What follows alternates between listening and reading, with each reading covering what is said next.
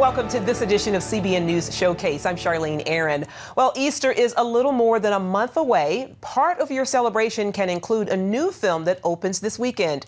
Risen picks up where the Passion of the Christ left off. It tells the story of Jesus' crucifixion and resurrection through the eyes of an unbelieving Roman military officer.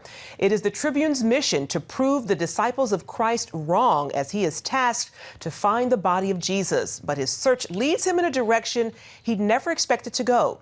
Efrem Graham sat down with the star of the film, Joseph Fiennes, for an inside look at the making of this film. Risen is a masterful murder mystery. It's the resurrection story through the eyes of an unbeliever. British actor Joseph Fiennes plays Clavius, a man of war and death. A big attraction for me was the way his mind worked, but what I found, to get to his mind, I found that I had to take a physical route. I went to gladiator school in Rome. And how long did you stay in gladiator? I stayed long enough to never want to go back. No, I spent the good part of a week working with a brilliant set of guys. And what I learned from a military standpoint, really, for me, was the way into the way the man was conditioned and the way that he thought. Clavius is an ambitious Roman soldier who first tries to prevent Christ's body from being stolen after his crucifixion. Then he sets out on an angry journey to find the body after it disappears from the sealed and guarded tomb. He's a bit of a detective. It's beyond us. Spare me the riddles and zealot babble. Where did you take Yeshua? Is he a goblin? A sprite? Alive again somehow? Open your heart and see. I see delusion. It doesn't matter. A matter. No, Then give me the others and I'll grant you freedom. I'm already free. I know it was a physical journey for you. Was it also emotional? Yes, it was emotional. We had a wonderful team of actors, and they were all very present and dedicated to the narrative. And it was all, like any great narrative and any great movie, it's about relationships. You know, I think your average good actor gets that and knows it and preps accordingly. So the disciples, as a group of actors, were incredibly bonded. They were a unit and a family. And I was very much polarized and outside of that. Mm-hmm.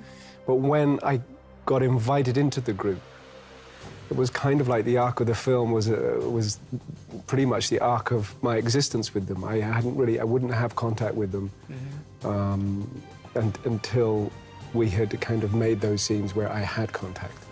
So that became quite emotional, that journey. Director Kevin Reynolds shot the film in Spain and Malta, where Fiennes also had no contact with the actor who played Christ until their first scenes together. I don't know what to believe anymore. Did you find yourself connecting with Clavius a lot? I did. You know, filming's lonely. He's a lonely character. I think for me, he, you know, we all want a second chance. And I think that's the really interesting component, is that I think deep down, especially in regards to putting Yeshua to death or being present and ordering his death or being part of that squad, but deep down he wants a second chance, and part of that second chance is forgiveness. So he's really searching for something, and the answer is in this new cause.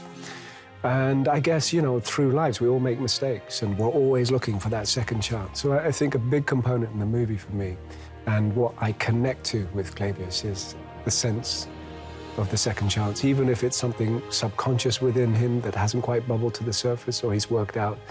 So I love that component. That second chance is exactly why Christ suffered, died, and was risen. Efrem Graham, CBN News. And with us now is Efrem Graham to talk more about the movie. Now, Efrem, you actually interviewed numerous actors and producers for the film, as did I. And what did you pick up on with the overall feeling from this film? The one thing that I got that I really liked was the fact that all of them felt like during the production, this was something special. Now, you heard that Joseph Fiennes didn't have any contact with the actor who played Christ until, well, guess what? He also had very little contact with the men who played the disciples as well, until it required for them to be together. So the reaction was very much authentic. And then he would also long, as an actor and as a man, to be around the disciples to soak it all in. I loved it. And I loved that there was humor as well, sprinkled throughout. Yeah. I thought that was really, really well done. I told Joseph Fiennes, I said, you know, watching this, I kind of felt like the disciples gave me hope because they weren't the brightest. I mean, they couldn't even remember the Lord's Prayer. Exactly. I mean, they seemed really human as they were. And we often forget that Christ was a human who walked this earth. The disciples were humans, just like you and me. Absolutely. And it's important we never forget that. Absolutely. Well, what makes this story of the crucifixion and resurrection set apart from other films that we've seen? I think, you know, we've seen the resurrection story told so many times. But what's beautiful about this is it is the week that follows the death of Christ. Can you imagine what people were thinking and going through? And then to be on the hunt as an unbeliever, trying to scientifically prove that here's Jesus' body, he did not rise. Through the eyes of an unbeliever, it's a powerful way to tell the story. And I love the way that when I talked with Tom Felton, the other actor who plays Lucius in the film, he talked about that's what drew him, the fact that it was such a creative take on the story that we've known all of our lives pretty much. Yeah, and the beautiful thing about all those who worked on it is they were very, very careful to want to be as authentic to Scripture, and they had people vet it and go through it and watch to make sure they didn't stray. Absolutely. I loved it. Absolutely. Well done. Well, in the past year, we've really seen a resurgence of faith films. Why do you think that's so important? Wow, I think it's extremely important. One of the powerful things I love about it is that we've seen this resurgence and we've also seen the numbers follow at the box office. I think of War Room in particular. It did more than people expected, much better, made millions more. And to show Hollywood that there's a demand for this and that the audience will support it. Absolutely. And what do you think makes a successful Christian film? I think, number one, you can't be preachy. And you want a film, as Joseph Fiennes says, it's a film that's so good it can get everybody in the room, that I don't have to be a believer to enjoy it. I can be touched and moved by it. We want it to impact people's lives. And at the same time, I, as a believer, can go there and be affirmed, inspired to go out and to reach more for the gospel. Absolutely. And what do we have to look forward to with Studio 5? Oh, that's right. Studio 5. Studio 5 is a new show that I am honored and privileged to host. And it's an opportunity for us to explore all that's going on in Hollywood, Broadway, New York, television, music, all the things that I love and many of us out there love. It's an opportunity for us to shine a light on all that's good that's going on in the entertainment world, to bring you up close to the stars. And tell us about this live Passion event that we're hearing so much about. On Palm Sunday, I actually got a preview of this just this past weekend in New Orleans. On Palm Sunday at 8 o'clock on Fox, it's going to be a live performance of a play called Passion. It's been done in the Netherlands for years. What they do is they take popular songs in popular culture, and they use those songs and great talent to tell the story of the Passion. There is an actor, Giancarlo Canella, who's going to play Jesus. Trisha Yearwood is going to play Mary. And all I can tell you is I've had some previews of some things that I've been sworn to secrecy about, but they are amazing. I cannot wait. I'm really looking forward to it. Efrem Graham, thank you so much for joining us. And you can check Efrem Graham's new Studio 5 show out on CBNnews.com. You can also follow Efrem on Facebook, on Twitter, and Instagram handle @Efrem Graham for the latest in family entertainment news. Well, congratulations are in order for singers Toby Mac, Francesca Battistelli, Kirk Franklin, and Israel and New Breed. The Christian artists earned Grammy Awards last weekend. Toby Mac's This Is Not a Test won the award for Best Contemporary Christian Music Album. Battistelli was honored for her Best Contemporary Christian Music Performance for her song Holy Spirit. And Kirk Franklin earned the award for Best Gospel Performance for his song Wanna Be Happy, and covered Alive in Asia by Israel and New Breed won the Grammy for Best Gospel Album. Jesse Owens' life story is legendary, and this weekend, the track star's journey hit the big screen in the film called Race. This is a dream come true for his daughters, who worked closely with the filmmakers for years. Efrem Graham brings us the story. Playback. Race is a trip back to the 1930s when Jesse Owens stunned the world with his record speed at the Summer Olympics in Hitler's Germany. The winning of 4 gold medals at the 1936 Olympics. But before that, there was a wonderful day in Ann Arbor in 1935 when he tied 3 world records and broke a 4th. It was a phenomenal day in track and field history.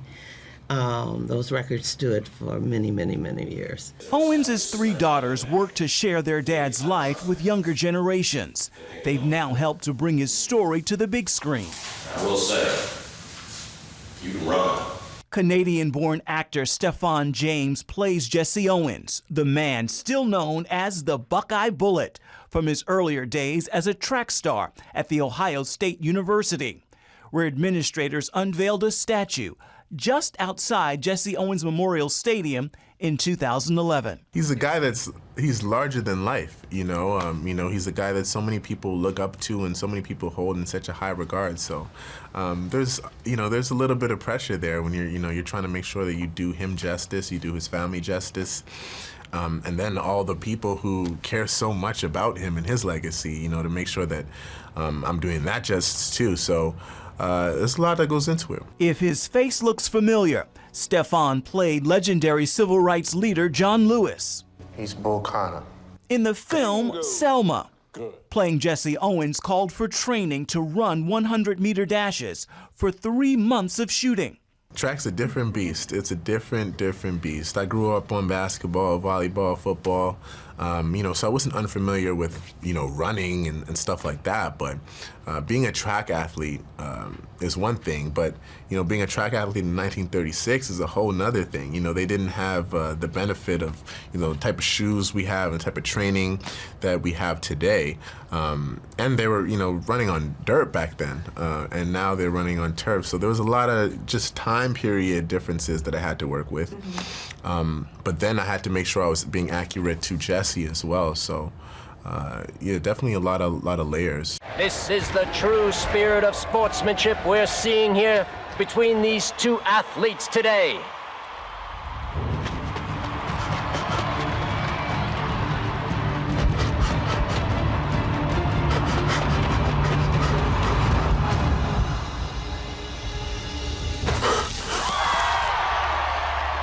The white flag is up. 8.06 meters. It's a new Olympic record. A hero in history with life lessons for today. I think that people can feel inspired by Jesse's winnings in 1936. And just the way he lived his life in general. You look at this story and you look at what Jesse was able to accomplish at a time where, it was sort of inconceivable for him to do what he did. And, I don't really think he had any real intention or purpose for why he went over to Berlin, but to go over there and to do what he did and to have the effect on the sport and the world, in which he did is something that's incredible. And it's obviously why we're sitting here today. So I just hope people can feel inspired by it. I think they can learn patience, determination, and humanity. When terrorists attacked the U.S. diplomatic compound in Benghazi in 2012, 6 members of a security team for the CIA stepped up to defend hundreds of Americans. American filmmaker Michael Bay brought their story to the big screen in 13 hours, starring John Krasinski. CBN's Efrem Graham sat down with Chris Tanto-Paranto, one of the former CIA security contractors who lived through the experience. Take a look.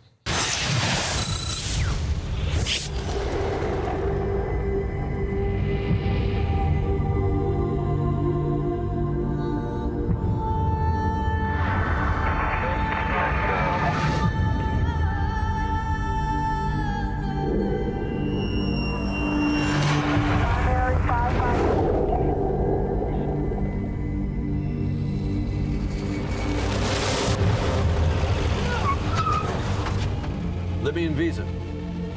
Official. Pull over for inspection. Sorry, sir, I can't do that. Pull over for inspection. How willing are you to die for your country? I'm ready to go right here, right now. The book, and now the film, 13 Hours, is an inside account of what unfolded within 13 unforgettable hours in Benghazi, Libya on September 11th, 2012.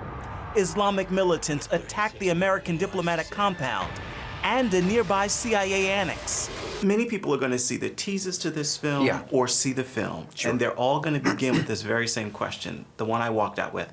How true to life is what we saw on screen? Very, very true to life.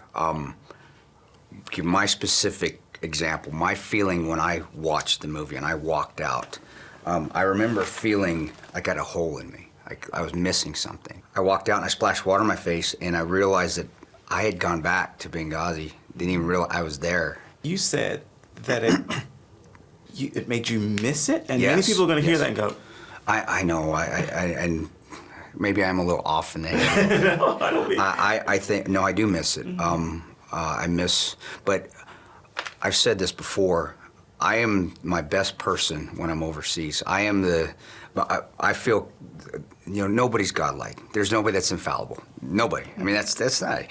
But I feel like I'm the closest to what he wants me to be when I'm overseas. And that's one of the reasons why I do miss it. I'm my best person when I'm over in those areas. And there's a lot of truth. And the atheists may tell you there's not, but I'm telling you right now, there's no atheist in a foxhole. There is none. When those bullets are flying, that faith in God comes out. And you do feel them. I feel them a lot over there. When you come back to the station, I feel, you know, I feel safe here because we're in the U.S. is the greatest country in the world. So, you know, you kind of forget that God's out there because you don't have to worry about a car bomb going off. Nowadays, you kind of have to worry about shootouts and stuff, a little bit more, but nothing like over there. So when you're overseas, you do put your faith in him a lot more because, and you realize he's there because every day you step out that door, you could go down. And that's one of the reasons why I do miss it. And another reason why I miss it is, of course, I miss the adrenaline.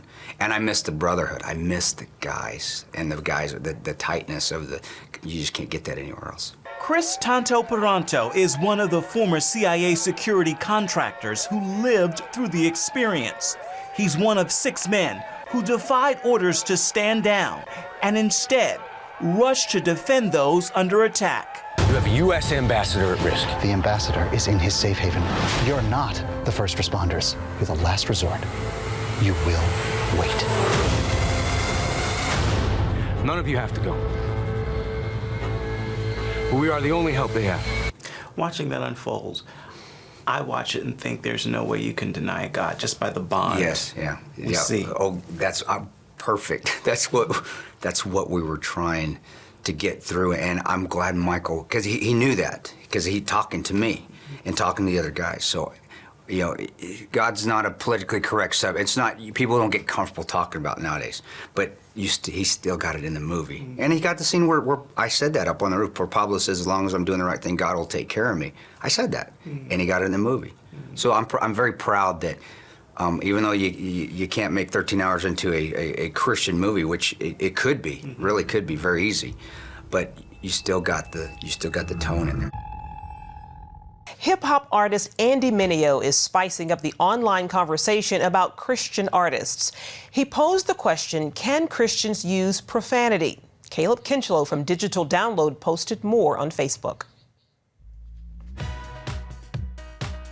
Well, hip-hop artist Andy Mineo is making people a little uncomfortable on social media.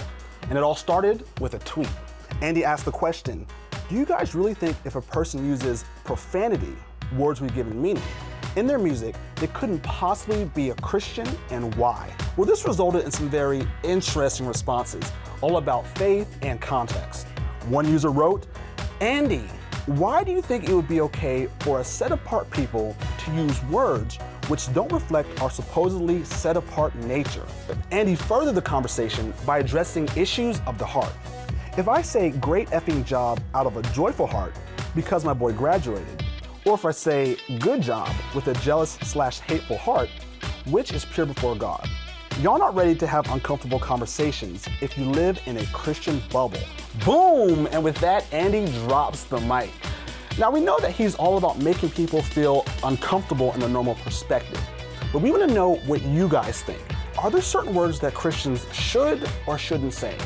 Is this even a big deal at all? Either way, write your comments below. We want to hear from you. I'm Caleb Kinchlow, and this has been your Digital Download. Exactly. We want to know what you think about all of this. And you can go to CBN News' Facebook and add your comments to the conversation. You can also catch the latest Digital Download episodes on cbnnews.com. Well, that's all for this edition of CBN News Showcase. And you can find more of our exclusive coverage of the issues you care most about at cbnnews.com. And stay up to date with CBN News through Facebook and Twitter. We hope you'll join us next time and have a wonderful, wonderful weekend. God bless.